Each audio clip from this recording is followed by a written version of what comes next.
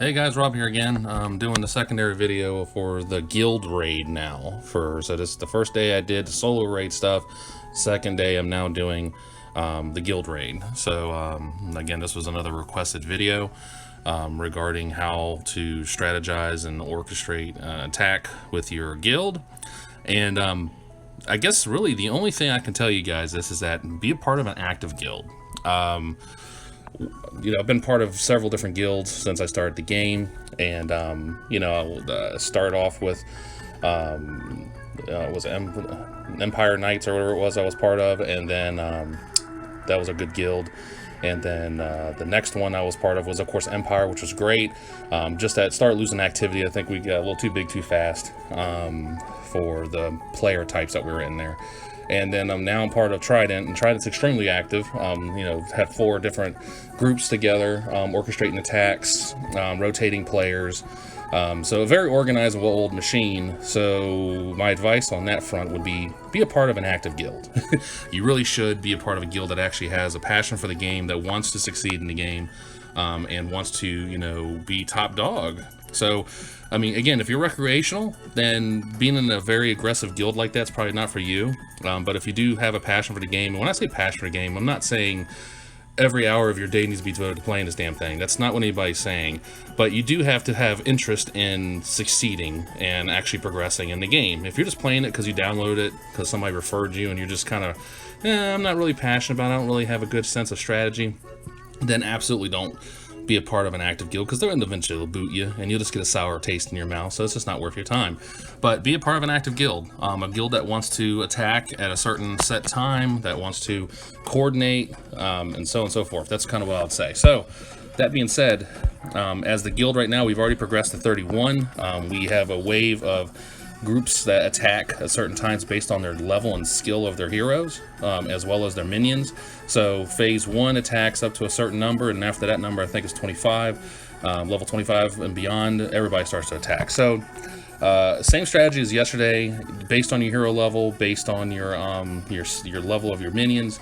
You're going to set your deck up. This one I have for aggressive spiders. In this case, this is a very aggressive spider for level 31. So I have a lot of skeletons to help benefit my Bloodstalker, as well as my lovely Soul Leech here, so who's Ascended. So again, Ascensions are going to play a factor on how you set up your deck, as well as the cards that you have available to you. Equipment again plays a factor, so you want to make sure you have a lot of strength for your minions in your deck. Stay away from magic find, stay away from spell cooldown. Well, spell cooldown you want.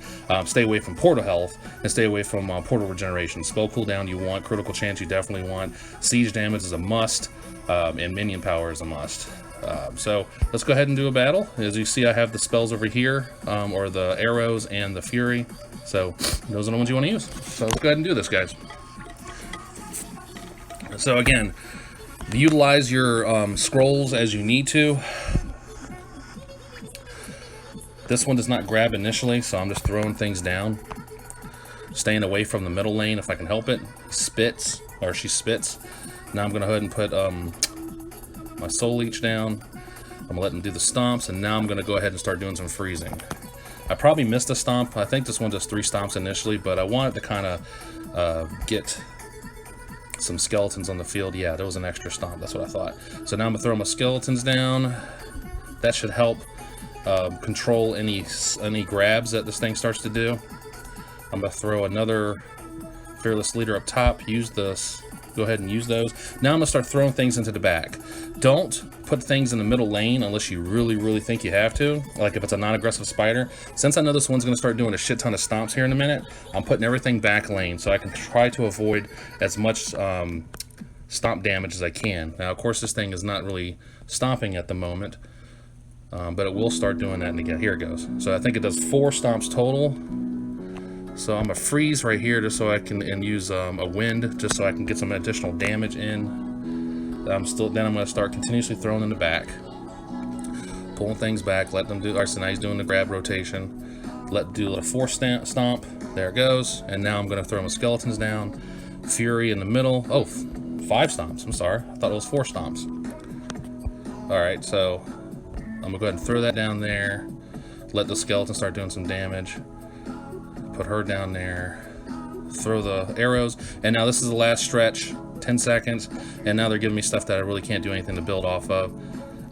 So I'm just gonna start throwing things in the middle, and there you go. Not a lot of damage on that case, but I was trying to avoid using as many scrolls as I possibly could. I was just only trying to use at least 2 of the freezes. So yeah, that's not really that great. Not for a 31. Okay, so we took it down though, so that's all that matters. Level 32. Let's see what the message is. So everybody says, you know, continue going. So we're gonna go ahead and continue to push. So let's go ahead and do the next set. Keep the deck the way it is until I see that it needs to be changed. I might remove them just if case there's a bunch of those little white skeleton or white spiders that like to split. So get rid of the army and maybe throw in an Amazon like I did yesterday. Okay, let's see what we got here. Okay, always start off with the fire. Throw down these guys because you're gonna get double anyway, so you're gonna have to surrender something. And it's a snatch. Okay, so it does snatch rotations at the beginning.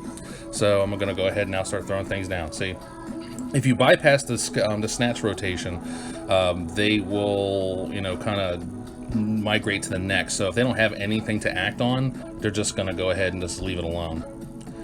All right, so I'm gonna throw these skeletons down. Freeze. There's the spit that I was expecting, and then I'm gonna throw him up there. Throw her up there. Go ahead and throw this arrows down, and now it's those little white spiders. Okay, so I might go ahead and substitute those skeletons for an Amazon just because I don't like the shield that they do. They pretty much are protecting her, and it drives me insane because unless you have group damage attack, it's not going to help you at all. Alright, so I'm going to put those guys down. They'll help feed her. Okay. Alright, I get a stomp. Okay, thought that was coming. Alright, the only downside of the raid, the undead raid, because now they can spawn further up the field, sometimes can be a negative. A negative because they're so close now. When they spawn to her, she'll stomp quick. So sometimes having the other skeletons are a good plus.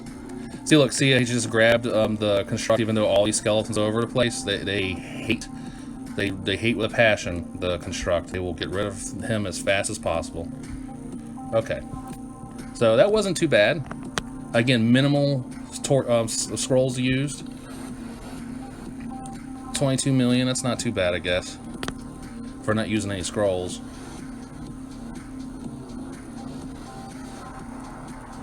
Alright, it's taking a second to load. Okay, so let's go ahead and do another battle. This time I'm going to use some additional scrolls, but I'm going to go ahead and substitute these guys here with an Amazon just to have her in the deck. Since I have Anubis, that kind of helps with the skeleton output. So alright, so again, same strategy. Burn everybody on the field so you don't have to worry about that stress. He's going to get snatched. We already know that, so let her go ahead and snatch it. Alright, now we can go ahead and start throwing some stuff down. Alright, same strategy as before, like I said. Let stuff load. Go ahead and use that on the bottom. Put one on top. Go ahead and put another soul leech down. Let them do the spit. And now freeze, use your arrows, and go ahead and use the Bloodstalker. Put that in the middle lane. Sorry for the lag, guys. It's started to do its thing. That's what happens. This phone starts to get a little crazy with all the graphics going on. Alright, and now I'm just kind of throwing power down. Now I'm going to go ahead and use another set of scrolls for the wind and freeze. Throw stuff in the middle lane, and then I'll start throwing skeletons down. I'm gonna hold the second one down just in case. I just want to see what happens. All right, there. See, that's what I thought. Okay, so took out everything on the on the field. But see how that Amazon's kind of helping, making sure that middle lane is still getting active attack from those other the other spiders, those doppelganger spiders, or whatever they want to call them. All right. There's another stomp. I'm gonna go ahead and put that Fury down on the bottom lane. Put him in the middle. because that's where all the power is at right now. Put that one in the top lane just for measure. And now I put a Valkyrie, and now my skeletons again. So as you can see, this moves pretty fast. Even though you get a couple minutes depending on your blessings that your group's giving, which I'll get to that here in a second. You know, you could have 3 minutes. I'm just exaggerating here, but you could have a minute and a half. It just depends on what your group did. So let's see if actually using the extra scrolls did anything. No, 24. Give me another 2 million. So I mean, it's not too bad, I guess. Okay, so let's go into the blessings just to kind of talk about that since I'm doing a group raid video. All right, so the team's doing their thing there, so I'm gonna go ahead and navigate to the blessings. All right, so when you go to here, this demonstrates the blessings that you have available that you can spend either your gems or your gold to enhance your group's abilities during the raid. They have a cost, so the top tier, the purple section, is your gem blessings. So as you can see, they give you Spider Timer, which extends the clock, Flash Draw, which makes you draw cards quicker, the Midas Touch, which gives you more gold when you win. That's usually one of the worst ones to get because it's just a waste. You're going to get gold in your solo, and you're going to get gold as you're playing anyway, so just getting extra gold is not necessary. And then the Guild Smash. So Guild Smash increases that hit, that smash hit that you get to do when you first start fighting. It's a benefit to an extent, but really the main two focuses are the Spider Timer and the Flash Draw. Then you want to go to Guild Smash, but stay away from Midas Touch unless you really have to. Once you complete those, I believe it opens up another section down here, which I believe is a gem reward option. I've never seen it, and I haven't seen any videos that talked about it yet. So if you know what these little sections in the middle are that are between the category, please elaborate. I believe, though, that's like a gem reward once you have all of these ascended to the max. The bottom section, which is your gold section, is your portal defense. Do not spend money on that. We still do that as a group. I don't know why we're pissing our way on money on the portal defense. It is not necessary. So, you know, if you're untrident and you're spending money on the portal defense, please stop. Unless our guild leader says to do it, don't do it. You're just wasting your money.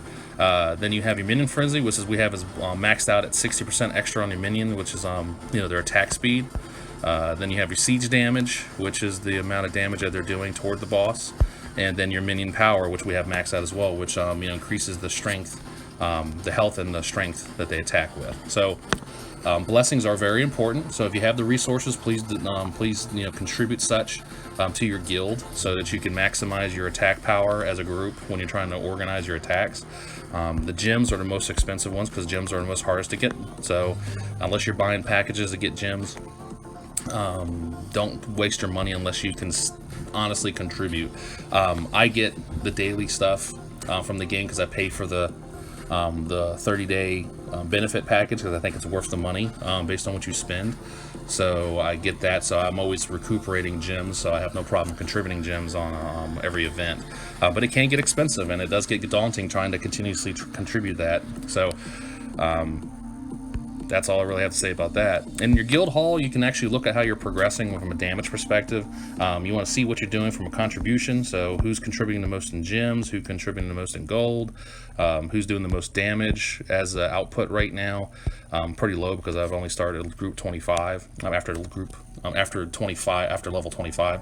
And then you want to look at torches. You really want to see, okay, how are you doing from a damage perspective? You take the damage you're output and divide it by your torches that you use, and that tells you really what your average damage level is. So I'm only used 5 torches, but I'm already at group number 22 in our group, and some people haven't even done anything yet, which is very unfortunate. But at the end of the day, they'll pull their weight as we progress throughout the day.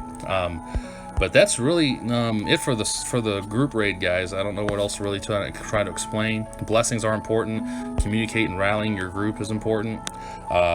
If you're a leader, so make sure your people are organizing their attacks together.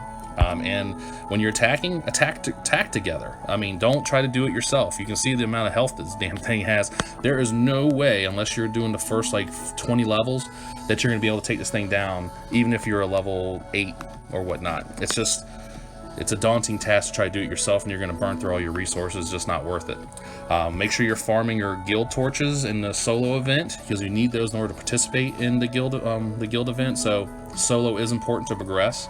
and get as many of those green torches as you possibly can. Again, the green torches are separate from the red torches. The red torches help you participate in the solo raid, but as you progress through the solo raid, you collect the guild torches, the green ones, which allows you to participate in the guild raid. So you have to participate in solo in order to participate in guild. Unless you're just one of those moochers that just sit there and let your guild do all the damage and you just recuperate the benefits, which I can tell you there, you're going to get booted eventually. But other than that, guys, that's really it. Again, Guild Smash is a little bit different here because it increases your attack based on your blessings, as well as you know, your group's power. The deck power, again, is displayed here. So going into basics, like I already talked about in solo, it's really not that much to talk about. You can see what Zuhul's going to do by clicking on the information next to her name for that level, so you can kind of see what to expect. I've tried to follow this in the past, but to be honest with you, it really varies sometimes. They might say she does this, but sometimes she does something different. But it doesn't tell you the frequencies, it tell you how, like, it would be nice if the statistics here told you how often she's going to do web snatch, how often she's going to do the spit, you know, what's the percentage of attack, so we can kind of have a better coordination strategy. Because right now we say, oh, she does acid spit, but they don't tell you that she spits every fucking 5 seconds. I mean, it's annoying, and I'm that way because it's hard to create a strategy of your deck because you're wasting a torch every single time you try to go in there with a similar deck you had for the previous match, because you want to change your deck on occasion, but now they don't give you that luxury, so you just kind of wing it or really understand the levels from historical patterns. Other than that, guys, that's really it I can talk about for the guild. If there's any additional information you want to share to the group, please put it in the comments. Don't forget to like and subscribe if you haven't done so, and give me some information on whether you like the video or not. What do you like to hear from the next videos? I will do videos upon request if asked. So like I always say, guys, stay safe, stay sharp. Until next time, talk to you then.